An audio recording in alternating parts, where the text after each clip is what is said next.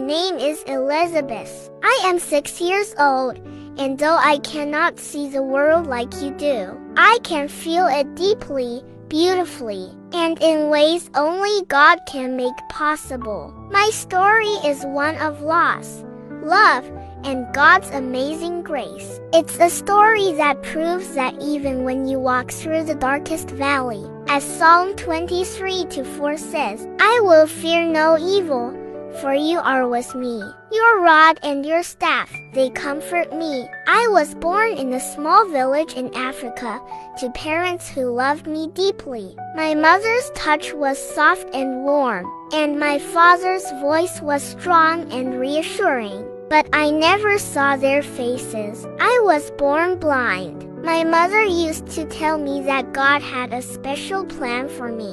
Even though I couldn't see the sunlight or the stars, she would sing me songs about Jesus, about how he heals, provides, and loves unconditionally. But when I was just a baby, something happened. My parents were gone. I survived, but I lost everything: my parents, my home, and any chance of seeing the faces of the people who loved me. It was a time of great darkness, both physically and emotionally. But even then, God's hand was on my life. Psalm 68:5 says, A father to the fatherless, a defender of widows, is God in his holy dwelling. I didn't know it yet, but God was about to become my father in ways I could not imagine. After the fire, I was taken to an orphanage. It was a humble place,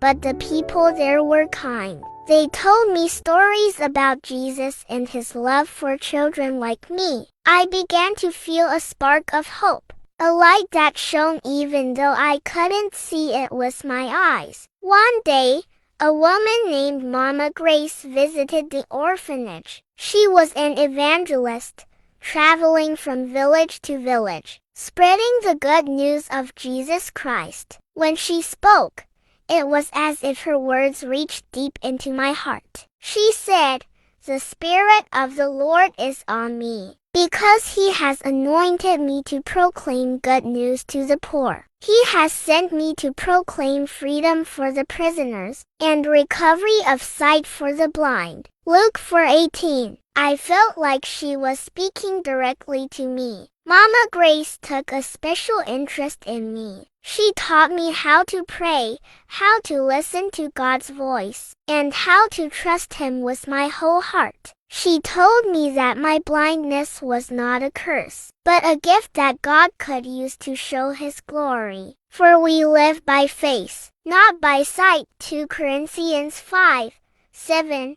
She would remind me. It was during one of these lessons that I decided to give my life to Jesus.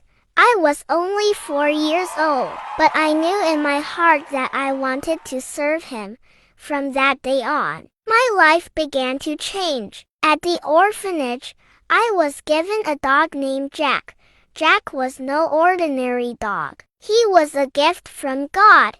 He became my eyes, guiding me wherever I needed to go. But Jack was more than just a helper. He was my friend, my companion, and my reminder that I was never alone. Whenever I held Jack's leash, I felt like I was holding onto God's hand. When I turned 6, I felt a strong calling in my heart. I wanted to tell people about Jesus, just like Mama Grace did. I wanted to share the love that had saved me, the love that had given me hope when I had none. So, with Jack by my side, I started going from village to village, sharing my story. Let me tell you about Jesus, I would say to the people who gathered to listen. I told them how he had been my comfort in the darkest times, how he had given me a family in the orphanage, and how he had given me a purpose even though I was blind. I would quote Romans 8:28.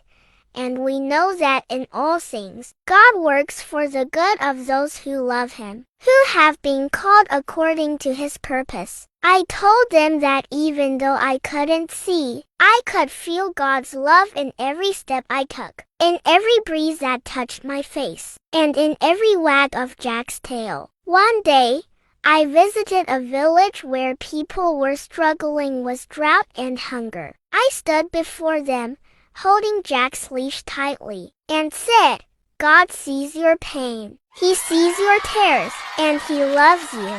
I shared the story of Hagar, who called God El Roi, the God who sees, because He saw her in her distress. Genesis 16:13. As I spoke, I could hear people crying. I told them that Jesus said in Matthew 11:28, Come to me, all you who are weary and burdened, and I will give you rest. By the end of that day, many people had come forward to give their lives to Jesus. Jack and I continued our journey, visiting schools, markets, and churches. Each time, I shared how God had been my strength. I told them about the fire, about losing my parents, and about how Jesus had become my everything. I told them that even though I couldn't see the world, I could see God's love shining brightly in my heart. One of my favorite Bible verses is Psalm 27:10.